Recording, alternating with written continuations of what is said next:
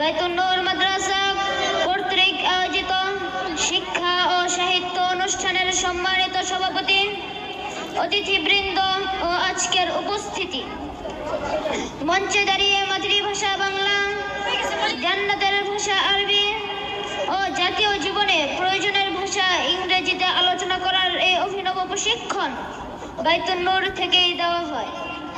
এমনই একটি মনের অনুভূতি পেশ করার জন্য আমি আজ দাঁড়িয়েছি।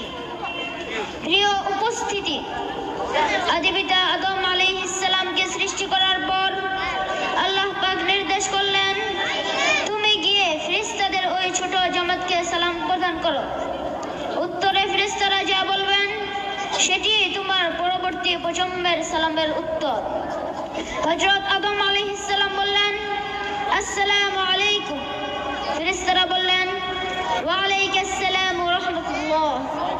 এখানে সৃষ্টির সূচনাতেই সাক্ষাতের প্রথম বাক্য হলো সালাম। পরবর্তীতে মানুষ রচিত আরো যে সকল বাক্য আমরা সাক্ষাতে ব্যবহার করি এগুলো শুধুই শয়তানের প্রলাপ। প্রিয় উপস্থিতি, সালাম সম্পর্কে আল্লাহ পাক কুরআন মাজিদে বলেন, ইয়া আইয়ুহাল্লাযীনা আমানু লা তাদখুলু বুয়ুতান গায়রা বুয়ুতিকুম হাত্তা তাস্তানিসু ওয়া তুসাল্লিমু আলা আহলিহা যালিকুম খায়রুল লাকুম লাআল্লাকুম তাযাক্কারুন। অর্থাৎ, হে মুমিনগণ, তোমরা নিজেদের ঘর ব্যতীত অন্য ঘরে প্রবেশ করো না যে পর্যন্ত আলাপ পরিচয় না করো এবং ঘরবাসীদের সালাম না করো। এটি তোমাদের জন্য উত্তম, যাতে তোমরা স্মরণ রাখো।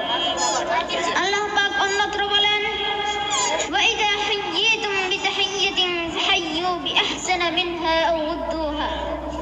অর্থাৎ, আর তোমাদেরকে যদি কেউ দোয়া করে তোমরাও তার জন্য দোয়া করো অথবা তারই মতো প্রিয় বলো।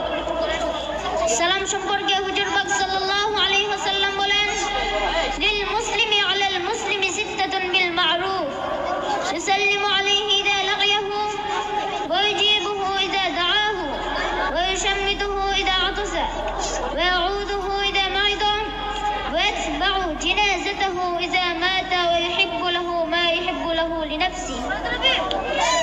অর্থাৎ, এক মুসলমান অপর মুসলমানের উপর 6টি হক রয়েছে। সাক্ষাতে সালাম প্রদান করবে, দাওয়াত দিলে তা গ্রহণ করবে, হাঁচি দিলে আলহামদুলিল্লাহ বললে উত্তরে ইয়ারহামুকাল্লাহ বলবে, অসুস্থ হলে দেখতে যাবে, আর মারা গেলে জানাজায় শরীক হবে।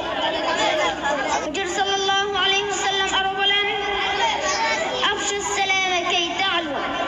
অর্থাৎ, তোমরা সালামের খুব প্রচলন ঘটাও। প্রিয় উপস্থিতি,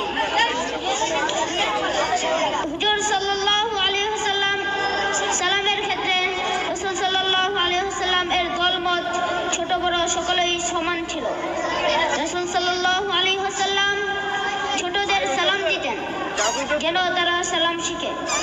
তাই বড়রা যদি ছোটদের সালাম দেয় তাহলে এর দ্বারা তাদের কিশোর মন সুন্নত শ্রুতিতে আপ্লুত হয়ে ওঠে। প্রিয় উপস্থিতি, অবশেষে আমার আবেদন, আমাদের প্রথম কথা হয় যেন সালাম এবং শেষ কথাও যেন হয় সালাম। সৌজন্যতার সর্বোচ্চ এই বাক্য সালামকে আমরা মনে প্রাণে প্রয়োগের মাধ্যমে সর্বত্র স্মরণীয় করে রাখবো। আল্লাহ আমাদের তৌফিক দান করুন, আমিন। আসসালামু আলাইকুম ওয়া রাহমাতুল্লাহ।